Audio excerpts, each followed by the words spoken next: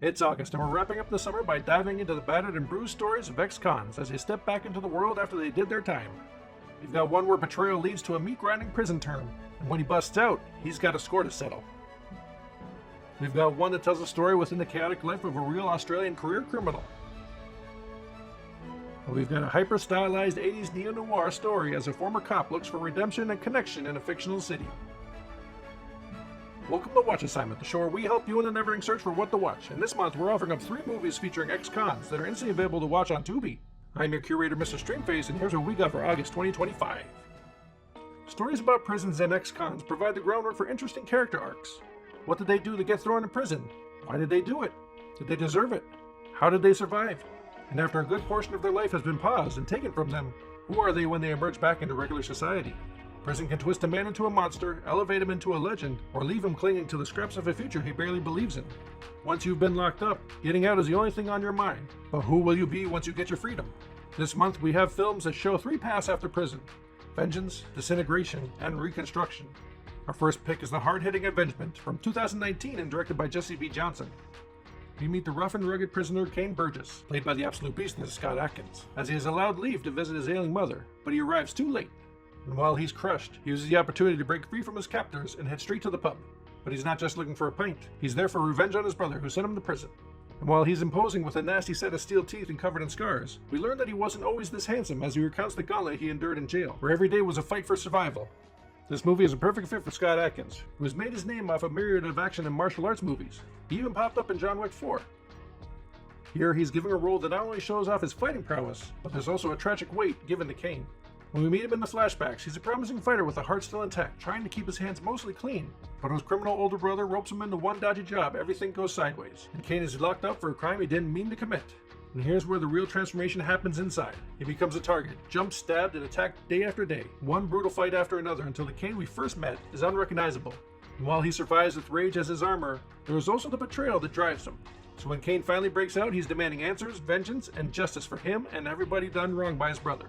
This is a tight and savage story that has more emotional depth than you expect and a wild performance at its core with many brutal, pulse-pounding battles. But don't take my word for it. It has a 3.3 on Letterboxd with users saying, Avengers, I'm the best movie of the year about avenging. Avengement, hold my beer because I'm about to beat up every single scumbag in a spar with a cricket bat. This is the kind of absolutely buck-wild movie that we need in theaters. Would have loved to see this with the crowd. And if non-stop brutal prison brawls is what you're looking for, here's a bonus pick that's available on Tubi. The intense Brawl in Cell Block 99 from 2017 and directed by S. Craig Zahler.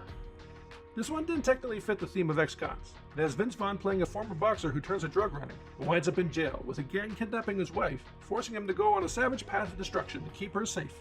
So while the movie only stays in prison, it does mirror Avengement in the amount of carnage that occurs behind bars, even getting downright gruesome in the battles. So if you enjoy Avengement, you might want to check this out as well. But getting back to our ex-con theme, our next pick is a wild, based on a true story, Chopper, from 2000 and directed by Andrew Dominic. We're introduced to the infamous Mark Chopper Reed in a breakout performance from Eric Bana.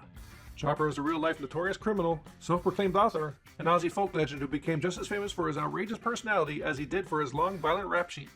We meet him in prison where we see just what kind of chaotic energy he brings. For one moment he'll be full of cheeky banter, and the next he'll have you gripped by your throat. He'll even have somebody slice his ears off so he can be transferred to the psych ward to try and avoid a bounty that had been put on him. And when he gets released, that same unpredictability follows him. His time behind bars has him unable to relax as he reemerges into his old life, still feeling like it's a prison yard. He's on edge and full of paranoia and can't trust the people around him, but a streak of manic energy and rash decisions doesn't do anything to help matters. We get a portrayal of a man who thrives on the chaos that turns his life into the stuff of legend, which he is more than happy to indulge.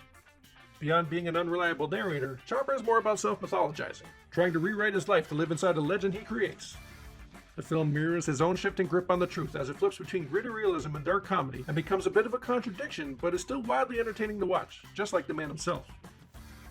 But don't take my word for it, it has a 3.6 on Letterboxd with users saying, even Beethoven had his critics. See if you can name 3 of them. Probably Bana's best performance. For our final pick, we'll slow things down with a stylized neo-noir Trouble in Mind from 1985 and directed by Alan Rudolph. We follow a former cop named Hawk, played by Chris Christopherson, who's just been released from prison after serving time for a crime of passion. And he's looking to reconnect with his ex Wanda and set his life on the right path. But the fictitious town of Brain City might have other plans for him. While he stays in an apartment above Wanda's diner, he gets drawn into the orbit of a young couple new to the city, Coop and Georgia, played by Keith Carradine and Laurie Singer.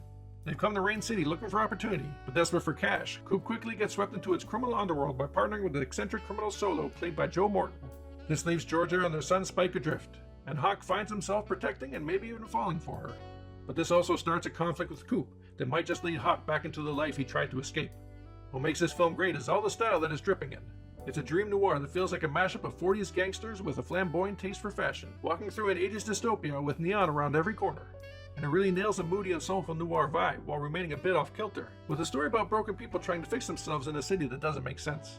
And while these characters may seem like generic noir tropes, there's an added quirky flair that makes this unique.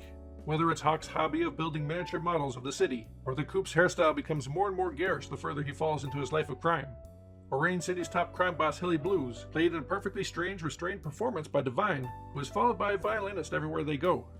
This all creates an interesting fantasy world that turns familiar story beats into something hypnotic and slightly out of step, until it somehow all clicks. It's all very reminiscent of Twin Peaks, but maybe it's just the Pacific Northwest setting that has me thinking that.